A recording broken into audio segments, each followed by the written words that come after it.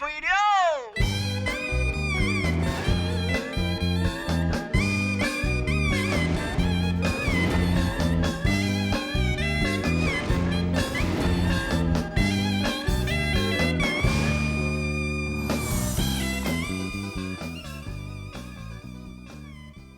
平常时食东西是食落肚的，不过人家没有关系，食落乜嘅东西喏？也係講也嘅食物係用乜嘅做嘅，實際嘅含量又有幾多喏？鄉親人家沒有關心到安尼嘅長度喏？今日研究採為按多嘅來賓，來共下來討論食也件事情。首先，為手機嘅今日嘅特別來賓，頭一係手機會食品安全委員會嘅委員盧迅盧老師。主持人、各位觀眾，大家好。中華古研所的研究發展組組長蘇美英蘇博士。主持人、各位觀眾朋友，大家好。還有我們立法委員吳坤玉吳委員。各位鄉親大家好 ，MC 吳坤玉。賣場的公關全國經理何墨珍。主持人、各位來賓，大家好。大家清好食一個炒米粉，也係講米粉炒啊，係講按今邊呢就先用米粉來做呢嘅。係講米粉啲都冇米，愛按做乜嘅名嘅，也係講用米，將做嚟按做米粉，其他呢又愛按做乜嘅名嘅，按今邊愛聽下來討論咯。現在呢先前有一個米粉刨絲嘅新規定，新規定上路過後呢，有人就講，每到消費者根本就啥冇頭塔，還有到業者就當困擾，現在唔啲愛用嘅刨絲。按時間先轉到3年前嘅亞天米粉事件。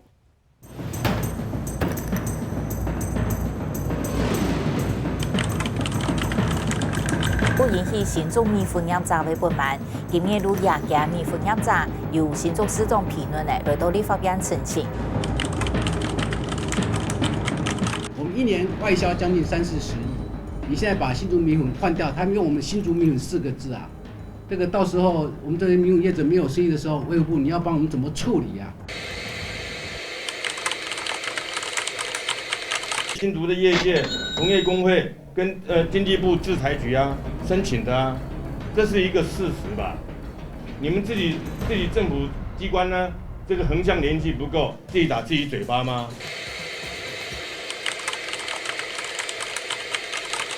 我們同意，除了這個米粉的品名之外呢，在冠名的部分呢，也可以冠出來，但是它的字體不可以大於品名。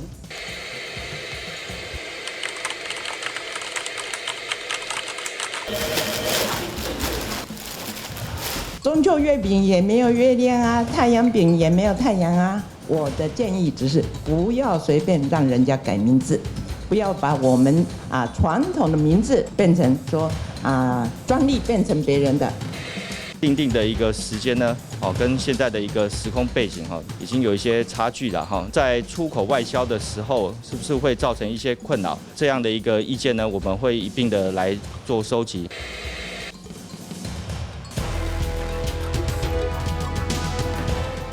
來，誰又來了？好，來，謝謝。好家人。別的地方的米粉吃的好像都稀哩的，好像沒有像你看這個這樣拉起來就這樣 QQ 的，哈。那你在別的地方它就斷的，要用湯匙弄。大家攏講米粉，袂講切粉，很棒，那一下吹粉。我就在地人攏切粉啦。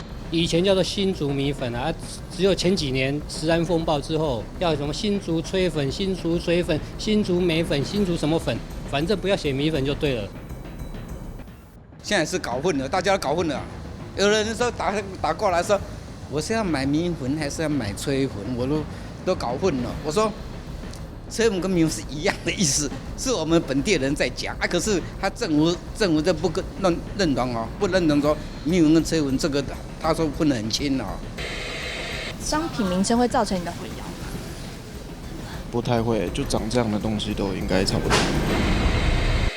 剛剛看到這位先生，他說：“商品名稱長這樣子，其實不管它什麼名稱，長這樣不就差不多嘛？”還有呢，我們實際到了新竹市這邊的麵攤哦，有沒有發現呢？其實大家的招牌上面看棒當狗哦，就寫炊粉。不過呢，跟他糖豆永遠去講，其實呢，炊粉他們當地就叫做米粉，所以這個炊代表的是蒸的意思，是它的製成的這個做法叫做蒸哦，所以才會有人寫叫炊粉。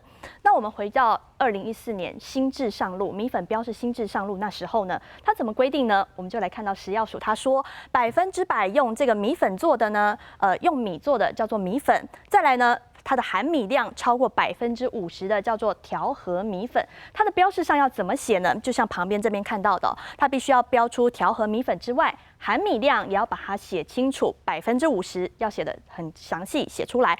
再来呢，就是50%以下的，它有另外一个名字了，叫做吹粉或是水粉。旁边的包装呢，以前就是写着米粉，但是现在呢，含米量50%以下不到的，请你要改成吹粉这样子的名字。还有我们刚才看到刚才严总呢，张博雅他也说话了，说这个太阳饼里面没有太阳啊。那我们实际来请教消费第一线的何墨珍何经理先来分享一下像我们当初一改这样子的名字的时候啊，我们消费第一线真的会发现大家被搞不清楚了嘛？对，其实一般客人他习惯这个约定俗成的说法，我们叫米粉，然后来卖场他要买米粉，那其实他看到米粉不见了，剩下吹粉对那个吹粉还有米粉的那个认知会混淆，所以第一时间他本来要买的时候，他本来要买，但是他看了吹粉他会犹豫啊，他说我到底是不是？然后犹豫了一下但跟我当初想要买的米粉是不是同一个东西？那通常消费者犹豫的第一个动作就是我先停住，我先不要买，他真的就观望，对我先观察，我先看一看到底它是不是我以前在买的这个东西。那如果不是，或是它如果是，我以后再来买。所以其实对于短时间内这个销量是真的会有影响。哇，销量真的会有影响。所以像业者所说的现在改名字改得大家母萨萨根本就搞不清楚，还真的影响到销量了。那这边请教卢老师老师这样子的改名字，对于消费者来说，经理说到好像大家真的是缩手了，他不买了，因为他搞不清楚嘛。这个米粉顾名思义是用米来做的，叫做米粉。那么吹粉是一个当地的俗称，其实吹粉实际也是米粉。所以像老师刚才有那个面摊的老板，他就说温给我吹混，可是吹粉在食药署的规定里面，它是含米量50%以下的，可是它确实用的是含米量100%的时候，米粉吹粉又搞不清楚了。对啊，所以实际上米粉跟吹粉是一样的，但当初50%以下叫做吹粉，这个是一个真的令人比较能够难以理解的地方。最主要的原因是米粉应该是用米来做的，但是由于在几年前发生的就是说米粉无米的风暴里面，是因为它现在的米粉它标米粉，但是都是用玉米淀粉做的，所以于是呢，就是玉米淀粉跟米是不一样的，但是它标米粉，所以因此正本清源，我们要验明正身，就是米粉写出来以后，我们如果知道它的成分里面它的含米的量是多少，对消费来讲，它就可以做一个适当的选择。比如面条一定是面粉做的，面条不可能其他做的，米粉就应该是米做的。症结在于它用了玉米淀粉代替了米做的米粉，这对消费者以消费者眼光，这是不公平的。所以米粉也要验明正身喽。我们来看到其实各种的米制品它是有差别的。100%纯米粉丝呢，它是用什么做的？是用米还有米谷粉做的，所以它的蛋白质含量呢会达到5%以上。而且从它的外观，从它的口感，我们大家呢以后吃的时候也可以来分一下还有调和米粉，我们刚才说到米含量50以上的就叫做调和米粉，还有其他的50以下淀粉丝或者吹粉、水粉这些东西呢，它是用米做的。还有刚才卢老师说到，它还加了其他的玉米淀粉，所以蛋白质含量都不同，口感、外观都不相同。这边请教苏博士，这种不一样的东西吃起来它其实它的差异在哪里？或者是说，刚才老师说对人体其实是有实际的影响在，要去判别说我到底买的是米粉丝还是调和米粉丝，还是现在所说的淀粉丝，那当然业者就让它称之为吹粉或水粉怎么样去判断呢？怎么样判断呢？第一个可以看这个后面营养标示的部分把我们的商品转过来后面看对，是。那营养标示如果说它的蛋白质含量有到5% 以上的话那像我们今天有带样品来，等一下可能可以看一下，它有到8%，那它可以称之为纯的米粉丝。那如果说你的商品名上面要写你是调和米粉丝的话，你的蛋白质含量至少要2.5% 以上。是，对。那如果说你是吹粉或水粉的话，依照我们去看市售的产品它的蛋白质含量从0.1到0.6都有哦，它的 range 很广哎。对，那为什么业者要加入其他的东西呢，博士？好。这个要从制程上面来讲因为玉米淀粉它基本上是一个很好用的一个原料，所以在制造的工艺上，它可以节省成本、节省时间，然后另外就是玉米淀粉它的原料的价格是比较便宜的。那传统的米粉丝的制造，它需要泡米、磨米，不管是时间或者是金钱成本都增加了非常多，所以业者才要开始加入其他的东西。是。以后我们大家呢都要再多留意一下哦。像这种食品的标示呢，它的是属于商品规格，但是现在呢，大家越来越注重这个食品安全了。委员，其实这个规格跟食安它是两码子，其实应该是不同的事情哦。对，确实因为商品规格这个跟食品安全不一定有关系。那除了像刚刚卢老师讲的，就是有糖尿病的患者。管理淀粉的摄取方面，那可能会潜在会有所谓营养的问题，所以这里就关系到几个面向。第一个，我们要维护消费者的知情权，让消费者充分的选择。第二个，当然就是所谓营养价值的问题。第三个是公平交易的问题。刚刚苏博士也讲到，就是我们做吹粉或是米水粉的时候，它的制造时间还有成本会比较低。那如果都是用相同的跟纯米粉或者调和米粉用一样的价格在市场上贩售的时候，比较没有办法。那这样子做纯米粉的工厂，可能竞争力就会显弱了一些，因为它的利润一定会相对比较薄。再就是刚刚讲的就是标示的问题。现在是不是只标示营养成分就够？它是不是要标含它是标示食品的成分？好，那这一些就可能把米的含百分比应该要标示出来。好，那这个是从维护消费者的知情权，可能要从这个几个层面来考量。好，那是不是要定为米粉或者是吹粉？我想基本上这个是所谓国际上所谓食品身份的问题，身份的身份标准的问题哈。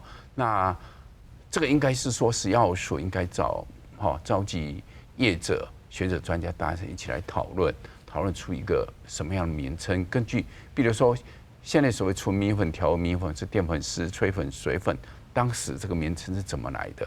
是不是有跟业者做充分的沟通讨论过？所以我也是说 define 定义是非常重要的，这个很重要。在国际上，这个可能会牵涉到所谓食品诈欺的问题。诈欺了？对，因为你用不实的成分来做成，比如说像橄榄油，以前我们所谓大桶的那个油的时候，它是用棉籽油来做橄榄油，那这个就是食品诈欺的问题。是消费者的权益要兼顾到，但是业者呢，他们对于2014这样子的改名新制上路之后，他们又是怎么想的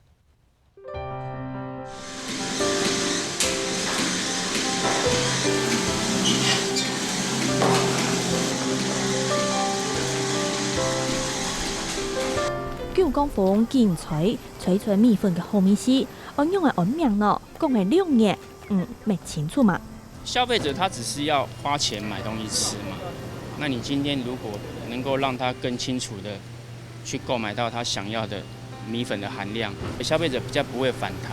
很透明啊，透明说这个东西有加到粉啊，有的是纯米的让人家买来种解放各种各样嘅东西，商品正面出台名嘅言语，又包含几道米，还用太麻古杂嘅成呢，看起来米粉、菜粉一片含有调嘅米粉，就连冬粉咪變到特別，甚至有到下來太太嘅菜粉含唔辣，順後又再個假下新種米粉。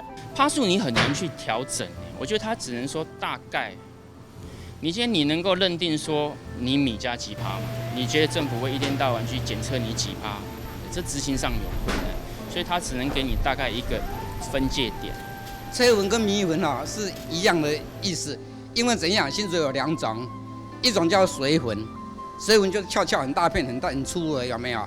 那個叫水粉。我們這種叫吹粉，意思就是怎樣？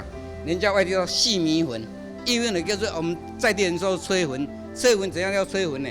它是在蒸籠裡面蒸，我们做好的时候用真的台语叫做什么？防疫福乐，防疫恩用烦恼，本地外地讲法有冇相用？米粉公费当前，讲商品嘅名嘅各一个月，外销嘅量受到动态嘅影响。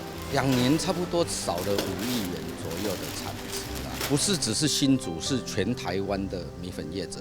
因为名称改变了以后，当我们的米粉变成山寨的米粉，被中国大陆所替代去了。他们有注册商标啦，新竹米粉这4个字啊，我们政府就是自打嘴巴啦，要跟人家打仗，先砍掉自己的脚，然后再叫你出去打仗啊，实在太过分了啦。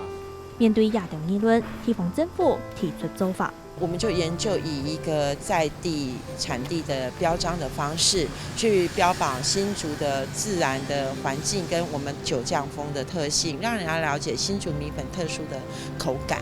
我们希望我们的消费者要认识新竹米粉，就它制作过程，就好像卖起的米酒，它有没有100%米酒？没有啊，对不对？它里面可能有一些玉米的发酵啊、米啊，还有甘蔗啊。既然新竹米粉不可以叫新粉，那米酒为什么可以叫米粉？它也不能叫米酒啊。这个是传统产业，是祖先留给我们，已经超过100年以上的。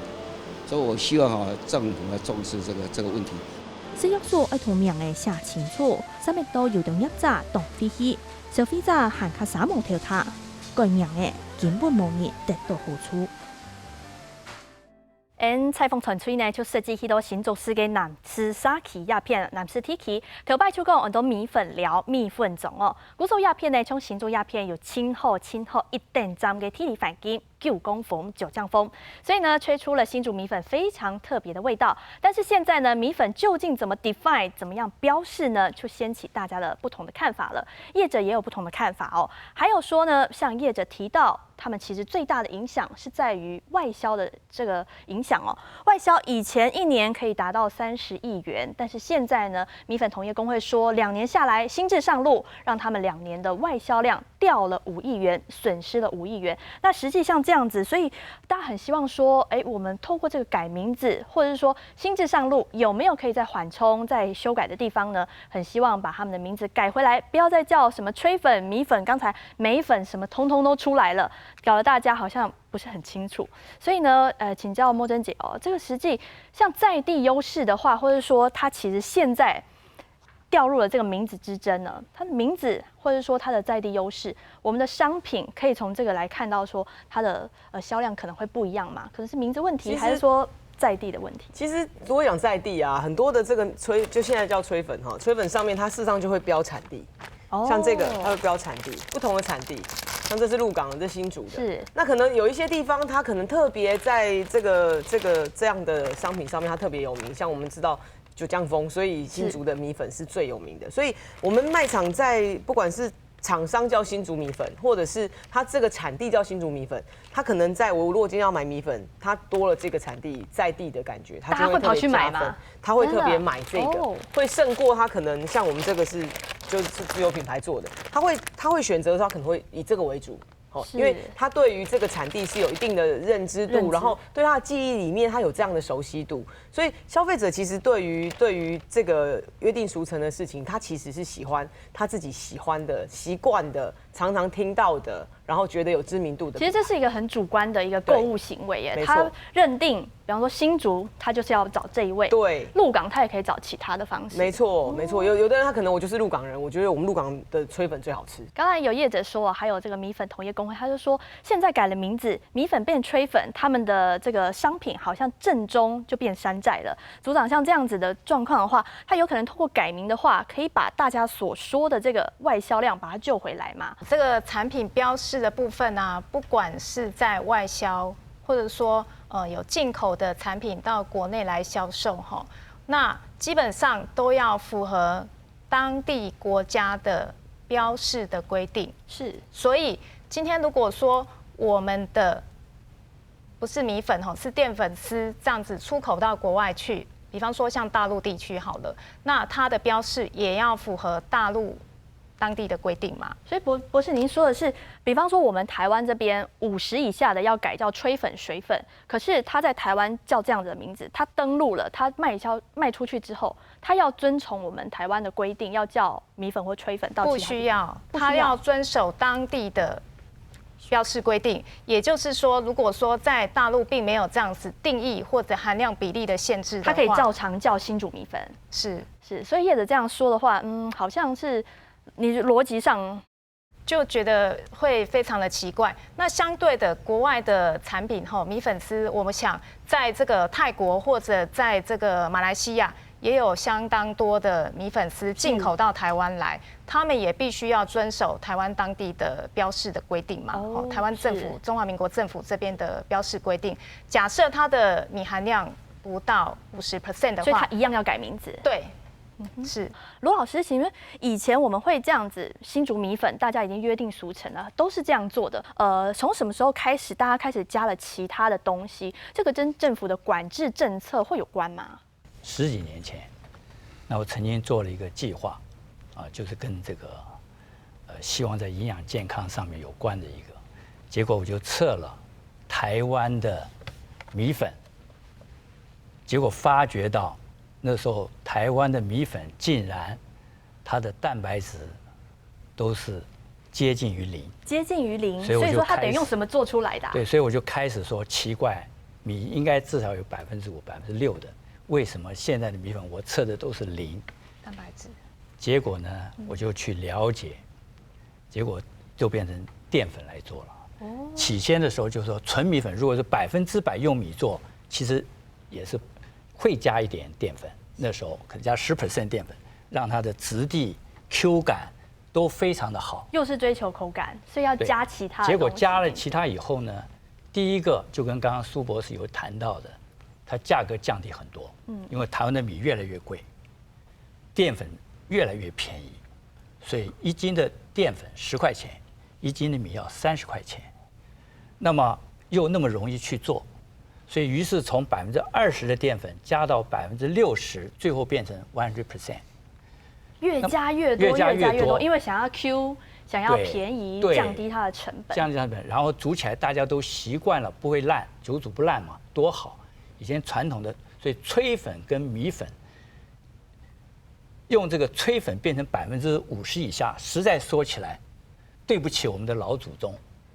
因为我们老祖宗本来就炊粉，你怎么说50以下叫炊粉，就完全，所以让大家消费搞不清楚，炊混不是米粉吗？那为什么要这样改呢？所以搞混了。找出它的定义，把它 define 出来，明明确确告诉大家说米粉到底怎么做的，其他 OK 好，就是用别的方式，不要有这种欺骗、诈欺的做法。还有我们来看到2014年新制上路那时候呢，就是经过了有一些地方的压力，或者说其他的原因，造成说本来要求大家含米量，照着你的含米量不同的百分比就做出你的不同名称。比方说50以下呢，你还记得吗？刚刚说到50以下要叫炊粉，但是呢就透过食药署它的新制上路不到1天，甚至不到半天哦，很多业者他把这个包装名称都已经改了，重新发印出去，可是油墨都还没干。现在又有一个新的方式，就是说冠名。冠名是什么呢？就是说新竹这些业者呢，他希望说你不要把我改其他的名字，你还是让我叫新竹米粉吧。所以我们来看到这个包装上哦，新竹炊粉大大的4个字以外呢，你有没有发现旁边还挂号一个小小的新竹米粉？就是说食药署的规定说，你品名可以，但是呢，冠名要比较小哦，但是水粉还是要这个新竹炊粉这个品名还是比较大，所以在字级上做了一些调整，让大家可以用其他的方式再把新竹米粉4个字冠上去。还有刚才地方有市政府新竹市政府，他现在说到，因为这个米粉是100年的产业，非常有文化，非常有历史，所以呢，现在希望透过申请一个产地标章。我觉得现在希望地方就希望说，建议中央来做一个地方的产地标章，甚至呢还有去发函到经济部制裁局，要争取注册新竹米粉，把它作为一个产地标章的证明。假如说申请顺利啦，新竹米粉只适用在新竹在地，以后别的地方都不能叫新竹米粉，这样是一个好方式吗？我想这是一个方法，但是就是定义好，就是把它的成分标示好，好，就是说新竹米粉可能里面没有不含米，这没有关系啊，大家这也没有都接受，关系对，然后消费者愿意接受，那没有关系。好，因为它变成新竹米粉，一个是整个的名词，它叫新竹米粉。好，所以委员，这是不是消费者他需要教育？比方说米粉，你就现在告诉他，只要以后我们通通没有米，那就通通没有米。新竹米粉像您说的，就是完全没有米。可以这样子嘛？这也没关系，它只要标示清楚，那维护消费者的知情权。他购买的时候，他能够看清楚说，新竹米粉是不含米的。然后，如果有人要生产纯米的米粉，他再叫别的名字吗？对，他是标示好，对，标示清楚嘛。所以委员这样新制上路哦，食药署它针对标示把它定出了新制了。对。可它实际上做了这2年来，你认为那食药署它有去落实查核这一块吗？或者说它要怎么样去找这么多它来抽查，还是说它应该要有一个什么样的管理机制？因为过去台湾用的叫自主管理。就是自主管理，对，政府定了法规以后，业者就要做好。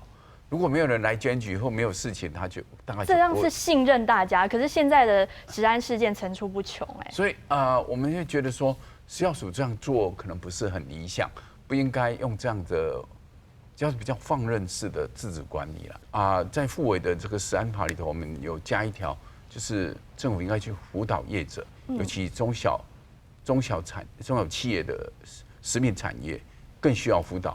大的企业当然没有问题，它可能能力很好，政府只要定了法规，它就可以落实。但是中小企业它能力可能比较不足，或是因为考虑到竞争力的问题，它没有办法做额外的投资。那政府应该去辅导他们做好以后，那才让业者自主管理。OK， 光是新竹米粉这个地方哦，大家就因为名字，所以搞得不飒飒，搞不太清楚啥某跳塔。还有呢，我们台湾人哦，实在是非常喜欢吃米制品。你来看到新竹这边有九酱风，有米粉或者炊粉，好多种。然后呢，再往南到苗栗头份这边呢，还有一个叫尖山米粉哦，它也叫米粉哎。埔里这边又有埔里水粉，好多种，台湾不同的地方哦。假如说在名字上面，是不是未来把它定义出来的话呢，大家会更加清楚一点？卢老师哦，像现在这样子的话，大家都叫炊粉哎，大家名字都搞不太清楚。你觉得在定义上面还是走这个 define 的问题，还是说大家其实都要列一个新名字，然后教育消费者？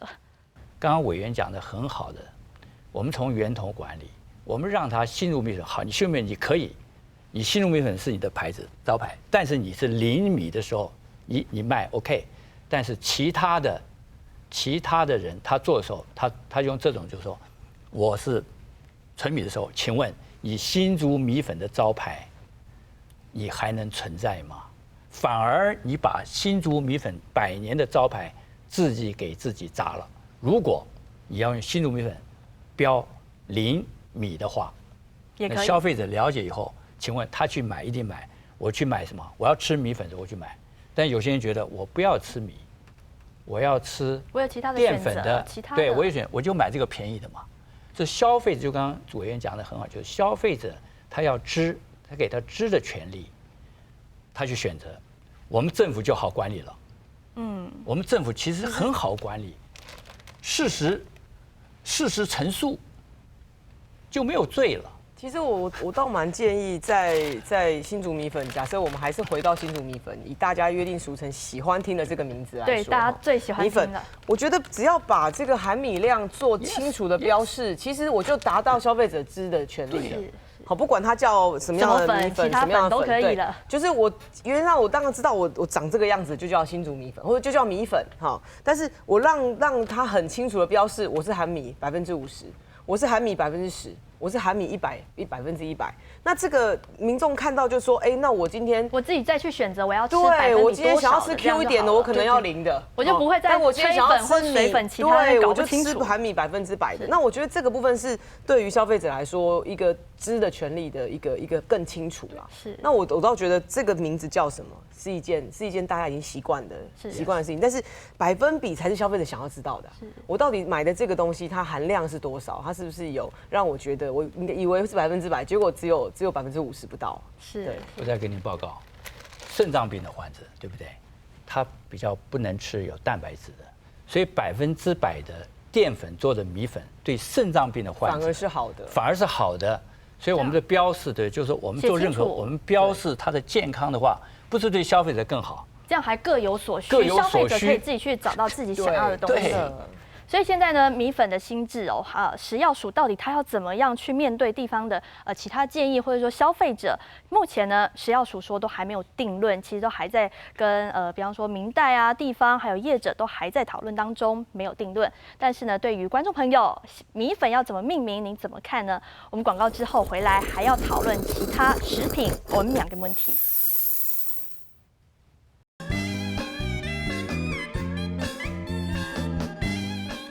所以讲米粉和个炊粉要用的文明以外呢，先前还讲哦，一老唔係用粗嘅調油，改做按做氨基酸鹽，合方飲做基酸鹽，唔過呢也未引起飲劑嘅反彈。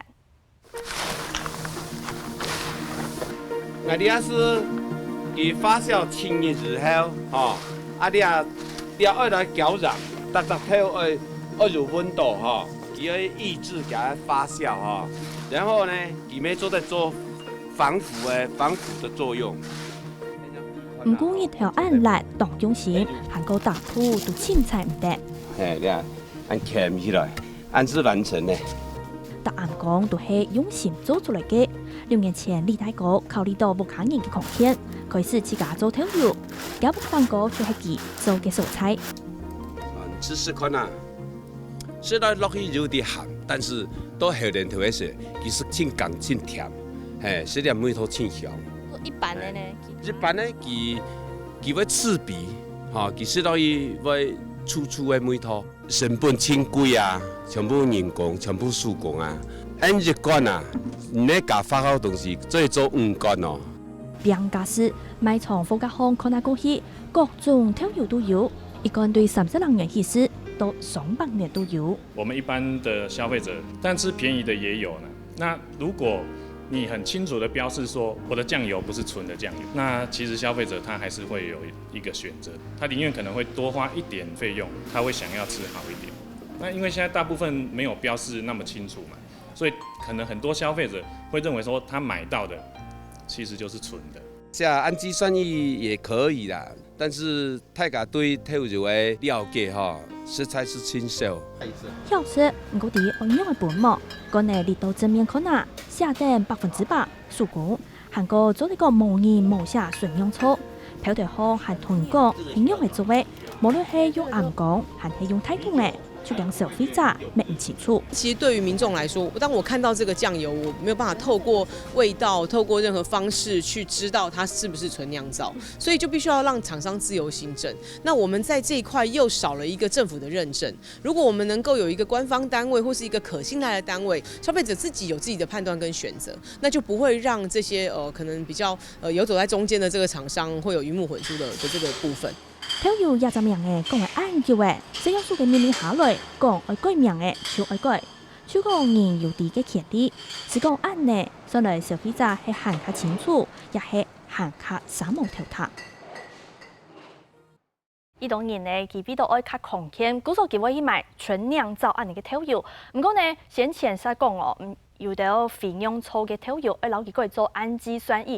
唔過，有人講啊，氨基酸液到底係乜嘅東西呀？看到就唔敢去買哦。故所呢，一下一個制圖又攞佢改過來嘅。先前食藥署將一個包裝醬油的品名和標示規定草案又來改名字了。現在要把醬油規定成4個名字，我們來看到哦，一個叫做釀造醬油、速成醬油、水解醬油，還有混合醬油。說到這邊，你知道這4個醬油怎麼分嗎？我們就看哦，有人是用大豆、黑豆這些穀類做的，還有呢是經過這個水解氨基酸液，甚至未經發酵的，都把它寫清楚。最後還有一個叫做混合醬油。請問經理哦，有人會把自己說自己是混合醬油寫在它標示上面嗎？一般的廠商是不會啦，因為其實就醬油工會他們自己有特別做了一個叫做100%，就是純釀造的一個標章，在它的這個醬油工會的成員裡面，你看到只要在這工會裡面的，幾乎他們都是有拿到這個標章在它的包裝上面。經理，你說只要加入工會就有這個標章嗎？沒有，就是說工會有來幫這些工會成員來認證，它是不是100%的純釀造嘛？但是這個東西，它比較像是自己人跟自己人說，哎，我的東西很好，我覺得它少了一個，對，它少了一個第三方認證。如果它能夠有一個第三方認證的單位被信任的，告诉大家说，哎，有我来检查你这个是纯酿造的，哦，你这个是什么样的制成的，那能够让民众也是一样清楚这个汁的权利啦，因为我们看到酱油都长得很像啊，倒出来你闻味道，你根本不知道它到底是不是纯酿造。所以假如说像之前食药署曾经说要把非酿造的改成叫氨基酸液，假如说这样子上到卖场上面的话，你说大家会应该大家不敢买吧？氨基酸液听起来很像是一个化学成分的东西，是，而且氨基酸是什么？其实我们一般不是念食品医学的人，他真的不知道到底是什么。是，像卢老师啊，我们过去也是在研究这个酱油的部分，它不同的它的原料其实是不太相同，所以它也跟成本考量有关系嘛。这个我们的政府的单位很多事情啊，化简为繁，本来应该很简单的，它搞得很复杂，让大家都不知道怎么办了。尤其又更不飒飒。你说速成酱油，你怎么去测叫速成酱油？你怎么测水碱酱油？因为酿造一定要加酵素，这是一个过程。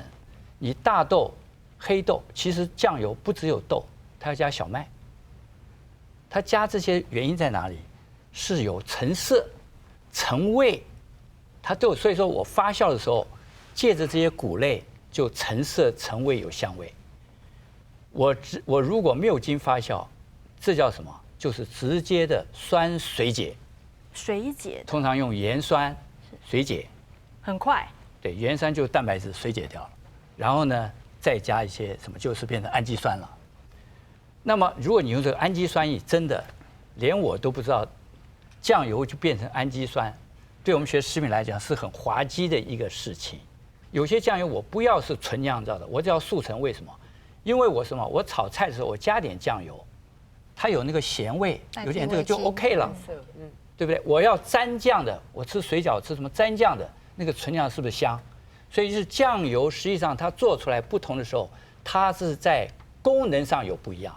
所以我们不能够限制全用纯酿造的，我炒菜我用纯酿造的，划不来嘛，我就用这个速成的 ，OK 就好了。所以它功能不同，所以它酱油可以分这些类别。是，委员之前也有爆发一个就是有酱油的厂商哦，他去跟其他的厂商去买这个生酱汁，当然也是为了成本考量嘛，但是说。当时这件事情爆发出来，就是说酱油界的秘密被大家知道了，所以这也跟攸关的食安的问题，还有说现在大家追求说纯酿造到底纯不纯？纯酿造100%还是几？食药署在这个名字上面做文章哦，但是它的跟食安的关系其实是又有不一样的。对，我想我很敬佩食药署能够想出这么多的名称出来。我看了不是很了解，因为我本身对，所以像现在这个新的草案哦，还在说还没有定论哦。假如说顺利的话，是说最快9月就会公告了，所以没有定案，可能又会改了。我不清楚，但是我会建议说，真的就是有一些就是我们俗称大家习惯使用的名称，然后定义好，然后标示好。让大家做适当的选择，当然就是说，像速成店有酱油这边，它可能有加那个盐酸，那这里可能会产生一个潜在会致癌的物质，那这个是跟食品安全是有关系，我们真的要去评估，在多少量之下是安全，这个要评估。那其他的，如果说没有跟食品安全相关，我们在食品上，我们第一件事情要求是安全，然后再来看其他的因素。那像这个就是所谓身份标准，你要怎么去定义它？酿造酱油是什么？从它的原料，然后制造过程，还有它的时间不同的等等的因素，我们考量以后做适当的定义，然后让一般民众跟一般民众使用的名称相符合。我觉得这样是比较好。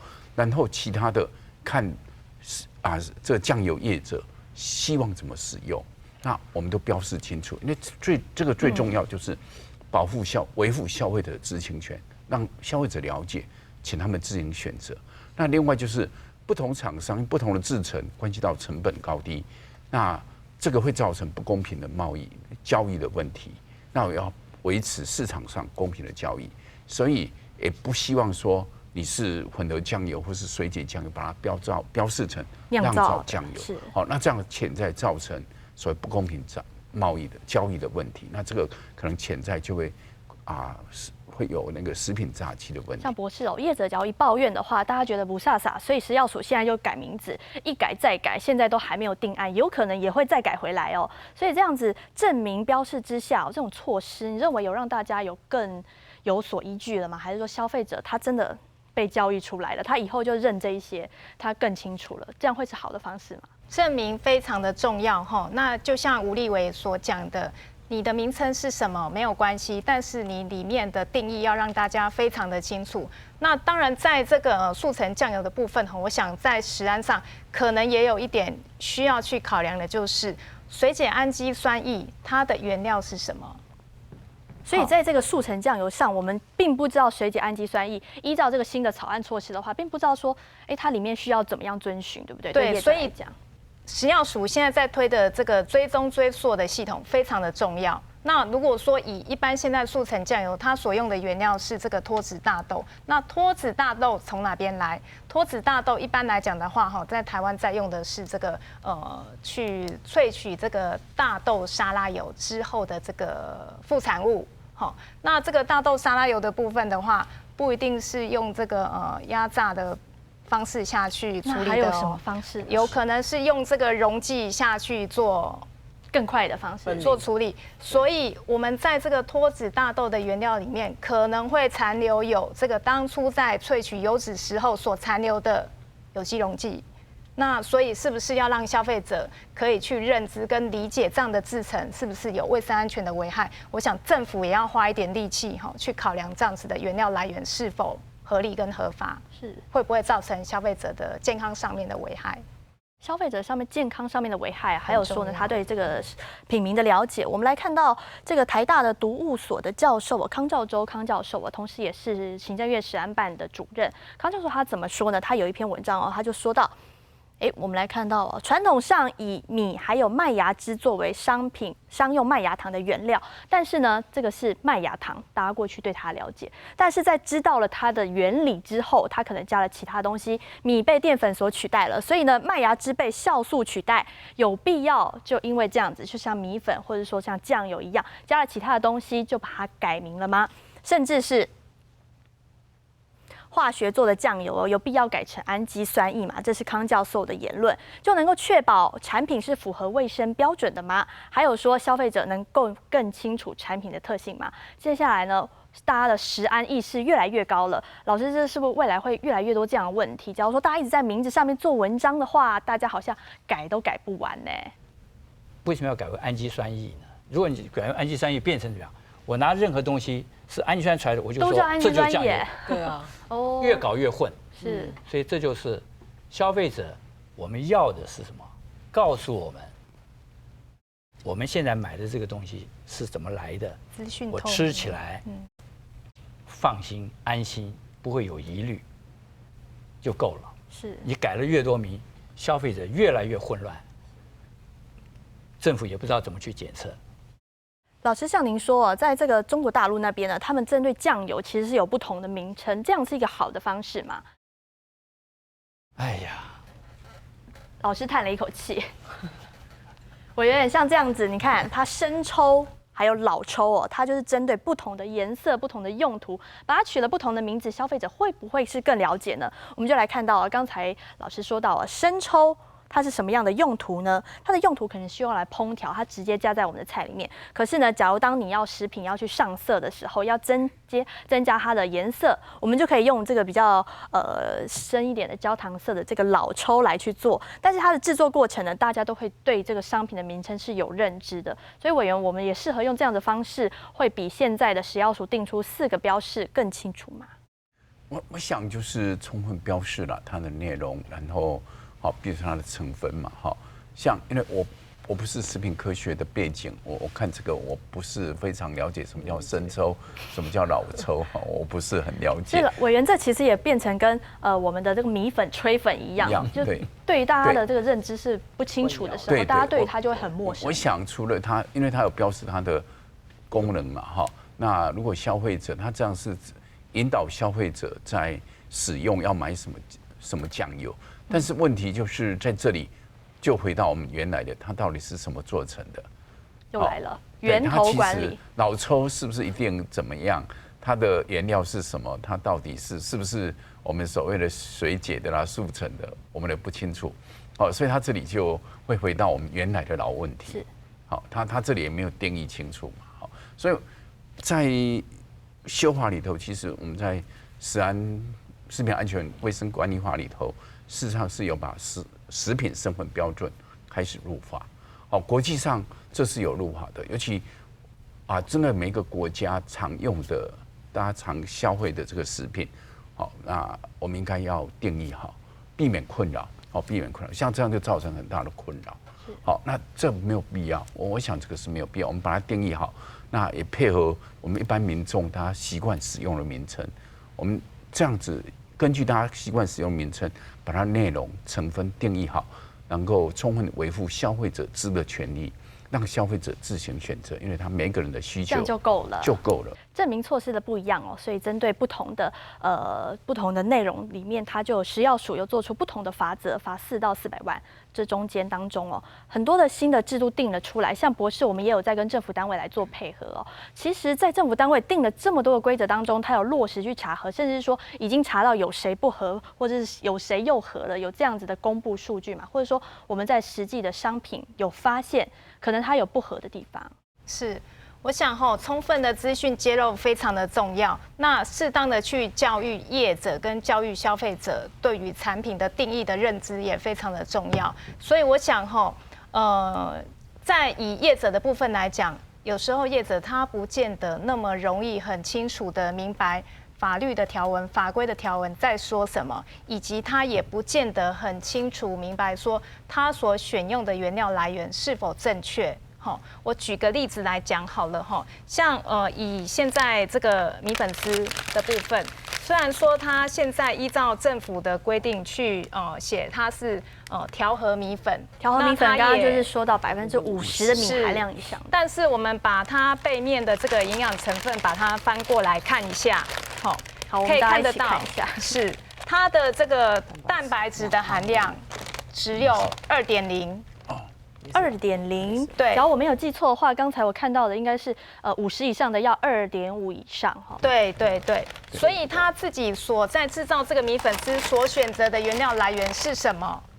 那根据我们之前在执行这个卫福部的计划里面，也有清楚的呈现出来，就是说米谷粉这样的一个原料，它不见得是纯的米谷粉，又不纯了，这边原料本身就不纯了，所以导致于业者在使用的时候，他并不知道。所以现在政府的管理是用什么样的方式？追踪追溯管理系统，看要追到哪一个层次，务必要清楚，也不要让这个后端的加工业者他去误用，也造成误会。那这个对米粉丝的业者来讲也是很不公平。是。像最后经理请教，像现在政策这样朝令夕改，会对于我们第一线上面真的是非常的困扰嘛？或者说，你有没有建议，像以后呢，在颁布什么样新的证明措施的时候，应该要跟大家讨论一下，再去做决定？对，我觉得一个很重要的部分是我们不管政府做什么样的决策很重要是跟消费者沟通。要让民众知道，今天他这个名字假设做了改变，原因跟最后被认定的是什么？这个沟通每次都感觉上少了很多啦，所以民众混淆的几率很高。那有的时候你可能还会对可能让媒体来报道，媒体可能也有各自的解读，所以民众每天看到媒体反而更害怕。你知道，所以其实有时候我觉得这个之前的产官学的讨论很重要之外，在决议了之后，我觉得后续的沟通也很重要。那如果能够沿用我们原本约定俗成的一些标示的方式，然后再增加消费者想要认知的这些重点的细节，能够在包装上清楚的被标示，我觉得它就可以达到沟通的功能。然后让大家可以用一个我习惯的方法来叫我习惯看到的这个东西，可能对消费者来说是比较容易的。OK， 老师请教最后现在我们大家这个食安意识越来越抬头了，所以以后的食安的问题是不是就越来越多？老师您的看法呢？会不会以后，比方说大家需要知道很多的东西，知道含米量，知道你的实际标示是什么，甚至是对你的警语把它都写在上面的话，以后我们一个商品的包装不就越来越多写的花花绿绿的？因为消费者说实在话，他没有那么多知识来看这些东西，但是我们看不懂，我们政府的就要在花心思上面，使得我们的业者跟我们的消费者它达到一个共赢的地步的时候呢，大家都快乐。你现在改那么复杂，消费者也糊涂了，业者也不满意，那你政府呢也不知道怎么做的时候，很危险。所以我是觉得我们要简化，但是我们利用现代的科技，让有愿意知道的消费者去知道就好了。这是我的一个看法。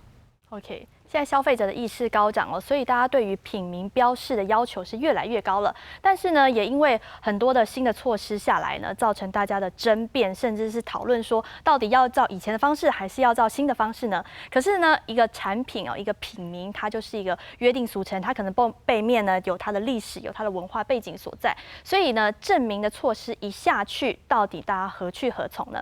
这可能就係考驗到消費大眾、觀眾朋友，還有應該執政代表嘅指揮嘅。今日嘅全面睇飛，超多鴉片，非常感謝大家，希望大家按時。